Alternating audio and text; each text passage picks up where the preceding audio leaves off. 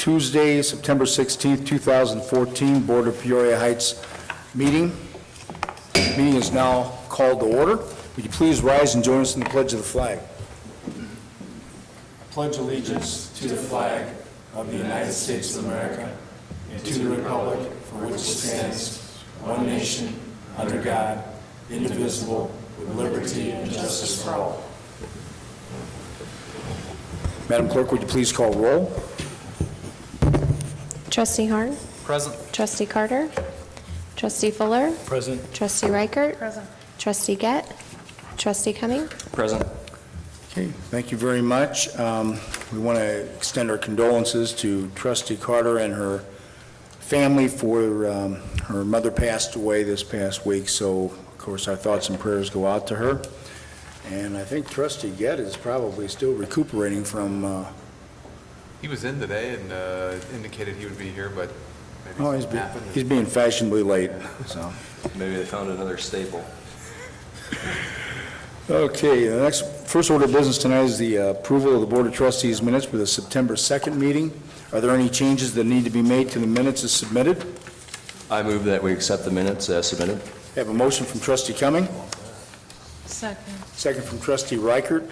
All those in favor of approving the Board of Trustees minutes for September 2nd as submitted, please signify by saying aye. Aye. Those opposed, please say no. Thank you. The ayes have it. Board has approved the minutes for September 2nd as submitted. Next up will be correspondence, and that will be presented by our village clerk, Shauna Musselman. I have no correspondence this evening. Okay, thank you very much. No announcements tonight, so we'll go right to trustee reports, and first will be the ambulance service with Trustee Fuller. Thank you, Mayor Allen. I have the August 2014 monthly review of the ambulance department. We had 77 total calls, 77 total calls, 67 of which were medical calls, and 47 total transport. So a busy month of August. Okay. Thank you. Any questions at all for Trustee Fuller? All right, thanks again. Go to Public Works with Trustee Harn. I have nothing under Public Works. Thank you. Okay, thank you. We'll move to Administration Personnel with Trustee Reichert. Thank you, Mayor. I have nothing to report. Okay, thank you. Mr. Administrator, anything on the economic development village improvements front? Nothing this evening, Mr. Mayor. Okay, thank you. Move to the Police Department with Trustee Cumming. Thank you, Mayor Allen. Just like to announce our next Neighborhood Watch meeting will be Monday, the 29th, right up here at Village Hall, 6:30 p.m. If you have any code enforcement or police issues in your neighborhood, please come up, tell us about them, and let's see if we can get those rectified for you. Again, Monday, September 29th, 6:30 p.m., right up here at Village Hall. Thank you. Okay, thank you. Any questions at all for Trustee Cumming? All right, thanks again. Just in time, Trustee Gett for building maintenance. Thank you, Mayor Allen. I have nothing to report at this time. Okay, thank you. And we'll close out with the Fire Department with Trustee Gett. Well, Mayor, I'm very happy to repeat second verse. Same as the first. Yep. Thank you all. Comments from the audience? Any comments from the audience? If you have a concern, question, comment, please come up to the village lectern and give us your name and address. No comments? Okay, well, we thank everyone for attending. No old business tonight, so we're going to move right to new business. And first up, we have a whole slew of ordinances here to be considered by the board. And first up is 2014-1410, and that will be presented by Trustee Reichert. Thank you, Mayor. The first one is ordinance 2014-1410, which is amendments and additions to definitions. So I'm assuming that these different accessory structure and structure, these are all terms that are used in the ordinance, and we're just defining what those terms mean. Is that correct? That's correct. It's like open space is used in the ordinance. Right, and But it it might not doesn't be really defined. say what open space Correct. is. Is that correct? Our zoning ordinances is not really a zoning code, so over time, the zoning ordinances have been compiled, and that's why we're going through codification, is to put everything into a code form. So really, we've got a number of ordinances that have been adopted over time, and that's kind of, this applies generally to all of these, all the ordinances we're adopting tonight. So they don't, some of them don't really tick and tie together the way they should. So this is kind of some cleanup work that's been recommended by the village attorney for, ever since I got here, to be honest with you. And it's just kind of gotten to that point where we're doing it now. So yeah, these are terms that are maybe used in some ordinances but weren't included in the definition section. So this is just kind of clarifying what they are and giving them, more clarification. So what about this new one, open space? Is that not used, but to be used? It might be referenced in one of the zoning ordinances at some point, but it's not really defined. So if they say, they encourage, the protection of open space, well, what is open space? How do you define that? So now we've got a definition for it. So if the zoning board or the planning commission has a development in front of them, and one of the things is they want to preserve open space, they can look at this and kind of defines what it is and gives them a purpose for requiring it, and justification for it. Okay. So I'll just briefly go through the different definitions. Accessory structure is to include more items such as fences, signs, and swimming pools. Structure establishes the starting point of a structure for the purposes of calculating the placement of a fence. Yard was expanded to clarify calculating placement of fences in the rear, front, and side yards. And then the new definition is open space was added to allow for open space to be required in the event a request is made to put a structure in an area that negatively impacts a neighboring property owner. So I would make a motion that we approve ordinance 2014-1410 that amends these definitions. Before we take a vote on that, real quick, I just want to ask the board if they might want to consider, we have 7 ordinances here that basically a lot of it is just having to do with new definitions involved. And I was wondering if the board might want to consider a consent agenda item, so to speak, with these 7 proposed ordinances and vote on them as a group. Yeah. And then what we would allow Trustee Riker to do is to outline each individual ordinance as necessary, but then the board could vote on them as a whole, or the board could also decide to take one of those or 2 of those items off the consent agenda. So what I'm asking is the board for a motion to approve these 7 proposed ordinances, changes to be considered as one vote. Okay. You have a motion? And I'll make that motion. I also would like to point out that on the swimming pools with a depth of more than, it says 36 feet, I'm sure it's 36 inches, just a little. Well, you never know. Well, yeah, we got some. dive. Yeah, there you go. Yes, inches would be the appropriate. All right, that's all I care about. I have no problem with making the motion to approve these all under one motion. Have To you- move things along. I think I'd like to, this one doesn't say anything about existing structures that would be grandfathered in if they don't meet these requirements. Which one's that? The pools, I mean, Kyle, maybe you can help me out on this one. I mean, that's the way zoning works. I don't know if it needs to be verbalized in every ordinance, but you can't, I mean, what if somebody sells their house and somebody else comes in? then they're grandfathered, yeah. I mean, it's Is for the new person construction. grandfathered in Yeah. if that person has a pool that's too close to the property line, they don't have this 36-inch, Walkway. yeah. Typically, in the planning world, I mean, something would be grandfathered in until there would be such a loss of use that it would lose that non-conforming status. So, I mean, if a pool was completely destroyed or knocked over or whatever, at that point, then it would lose. I guess if you had to Then pull you a- wouldn't be able to replace it. Correct. You'd have to They meet could the replace it requirements. as long as they met the minimum Right, requirements. new requirements. I think it should probably be specified, though, because sometimes new ownership constitutes changing the code, whatever the present code is. I think the way the code is written right now, ordinances are, that, for example, I think 1970 was the date of its inception, and it reads, structures in place prior to the 1970 are exempt or grandfathered in. So, I can check with legal counsel, but we've made changes before, and we haven't outlined every time we make an ordinance change, we don't have that language included in it, you know what I mean? So there's probably some overarching language that covers this in that way, but I can check to make sure. I know building codes apply when ownership changes on a building. Things change drastically sometimes for the new person. They're going to update, and they're going to, I don't want to go into details right now, but at the last departmental meeting, there's some buildings that's going to apply to, where there's going to be a lot of money spent just because a new owner took possession of a property. But they're going to be doing changes to it. Maybe if you have an not, even if exist- they don't change it, just to use it, just to occupy it, they're going to end up having to change to get an occupancy permit.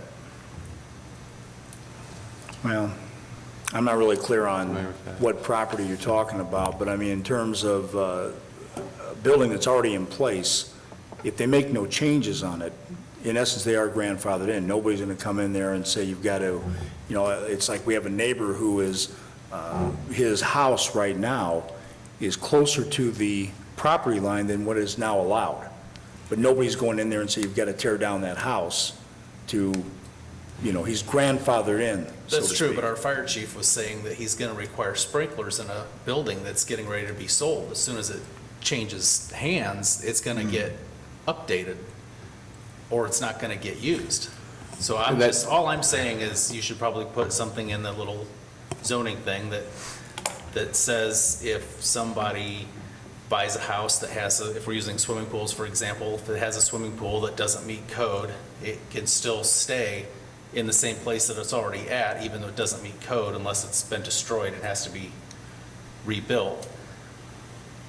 I don't know, maybe it's getting too complicated, but it's. I can check, I'm 99% sure we're covered already, but I will double check, so. I think that's more of an issue when it comes to commercial. Right. Where there Well, has to- life safety when- issues, Yeah, when right. occupancies Change of use. change, there have to be new life, health, safety inspections. But this applies to commercial also.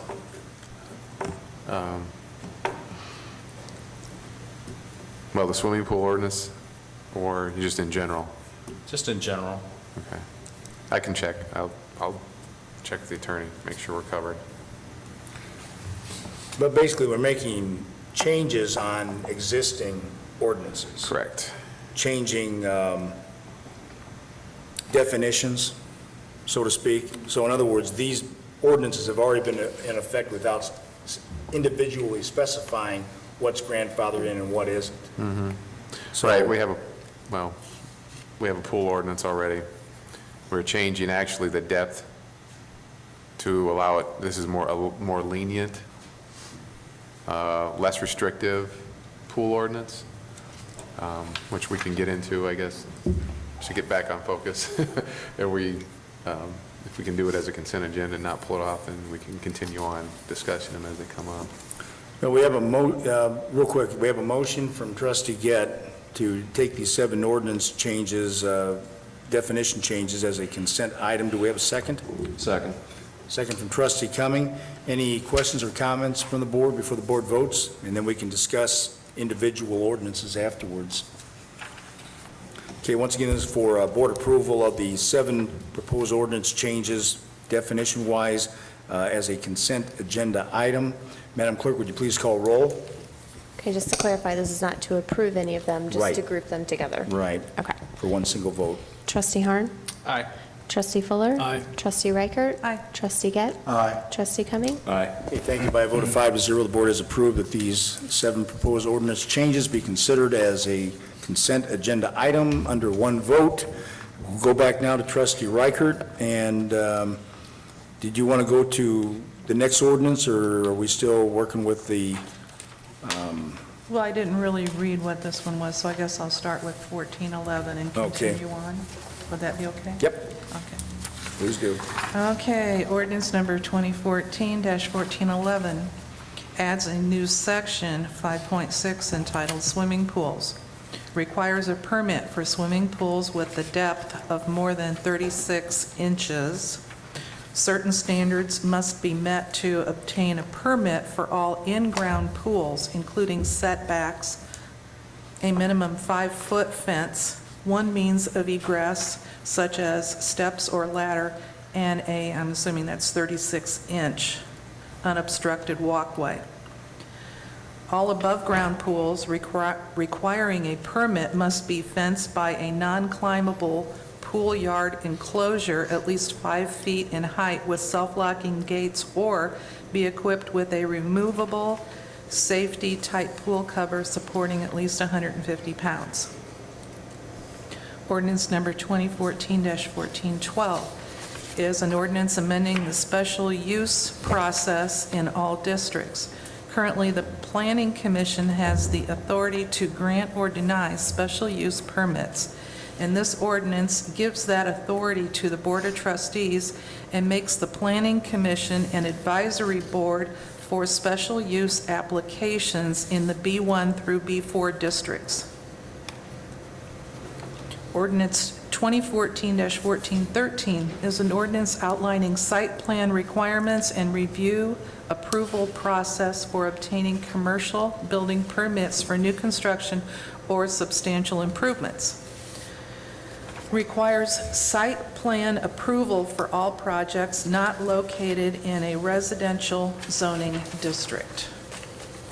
Ordinance 2014-1414 establishes purposes and duties of the Planning Commission.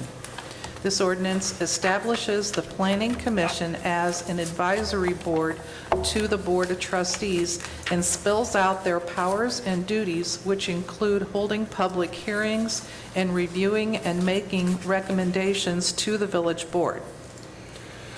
Ordinance 2014-1415 amends section 5.4 yards. This ordinance requires fences to be erected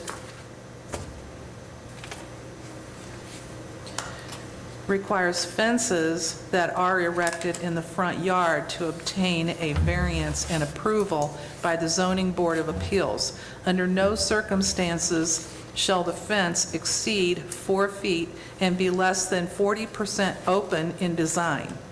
No variance will be required to repair an existing front yard fence if its height does not exceed 4 feet. The repair must utilize like kind and quality of materials.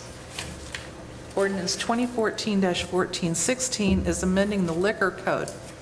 This includes the addition of subclassification number 1A to allow the outdoor sale and consumption of liquor, beer, and wine in the village right-of-way in the B1 Central Business District. It also requires an updated endorsement on insurance policies listing the village as additional insured for both general liability and dram shop insurance before a license will be renewed each year.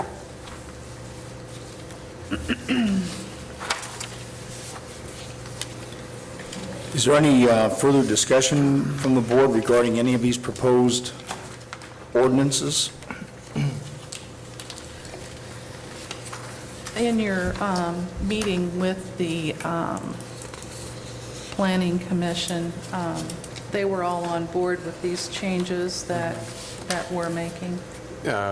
Yeah, I've met with them twice now. The first meeting was, the short answer is yes, but the first meeting was to go over how we got out of balance. The ordinance that establishes the planning committee said one thing.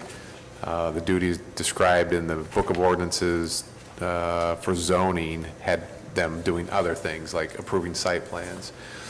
In looking at the way other communities handle these things, typically the elected officials approve or disapprove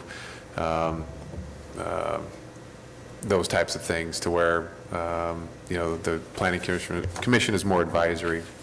That's the way it's set up. So they look at the site plan and tweak it and say approve it conditionally or deny it or whatever, and it's a recommendation of the board, and the board gets to vote on it. You kind of try to take that, I guess, say authority away from non-elected people.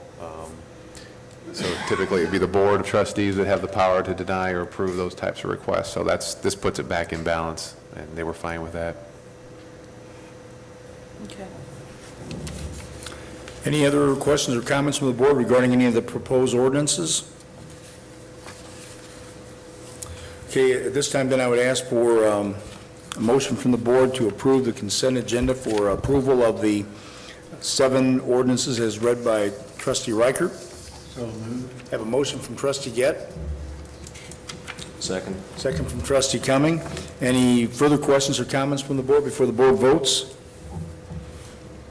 Okay, once again, this is for approval of the 7 ordinances supplied to us and outlined by trustee Reichert.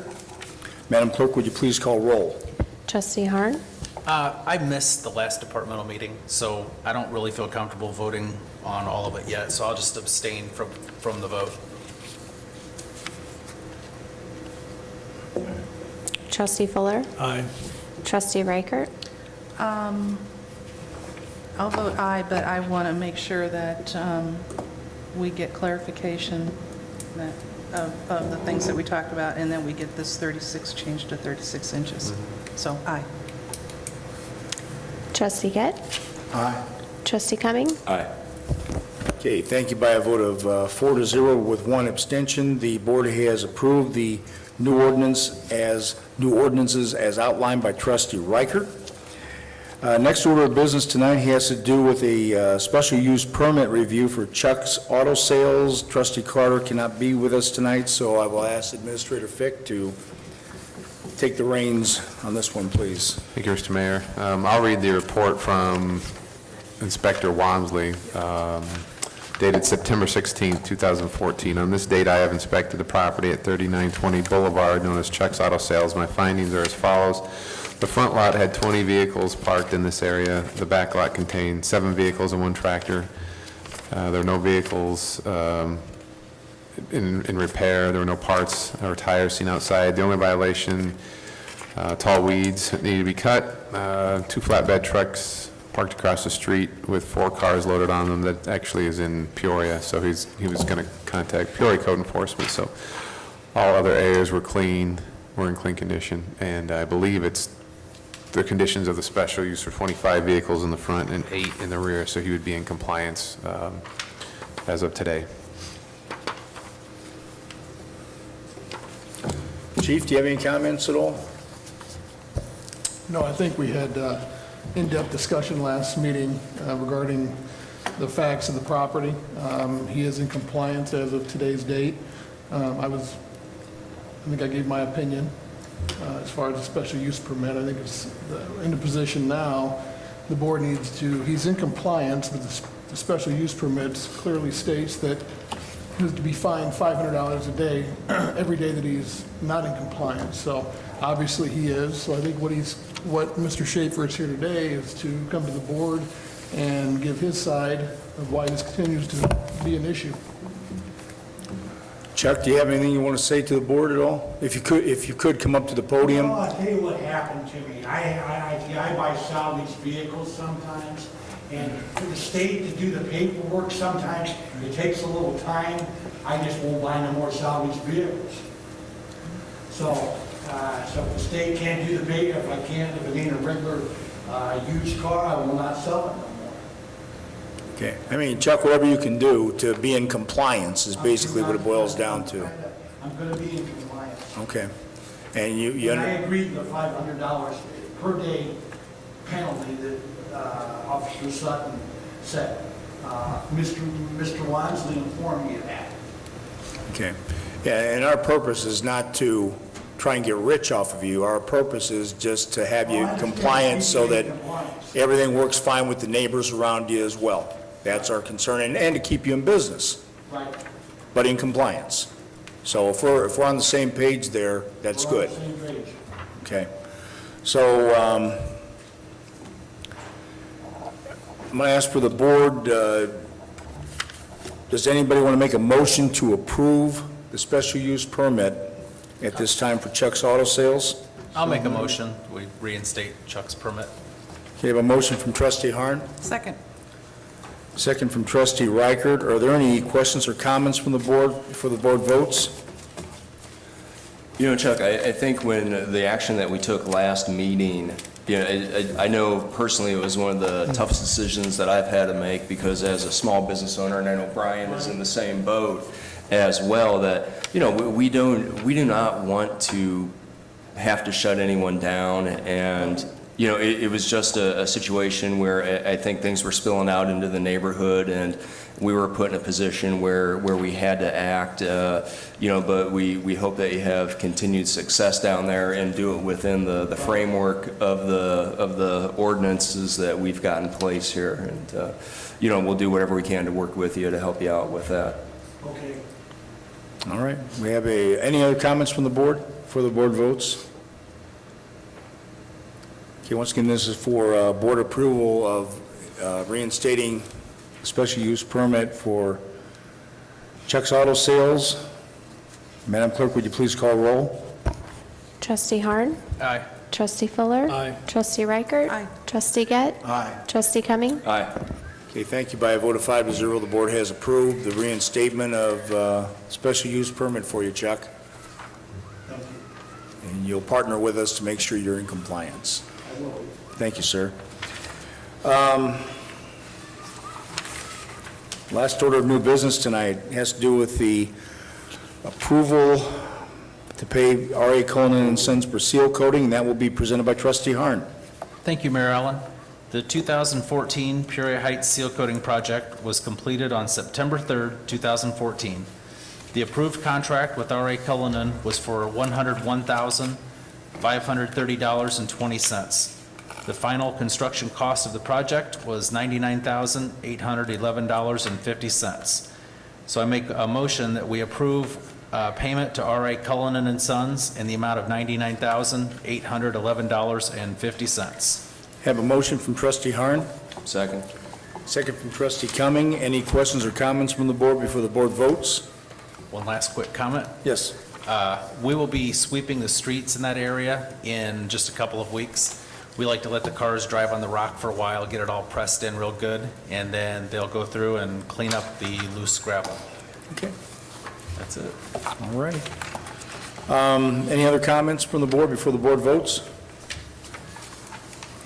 Okay, once again, this is for board approval of the payment to R.A. Cullinan and Sons for seal coating in the amount of $99,811.50 as outlined by trustee Harn. Madam Clerk, would you please call roll? Trustee Harn? Aye. Trustee Fuller? Aye. Trustee Reichert? Aye. Trustee Gett? Aye.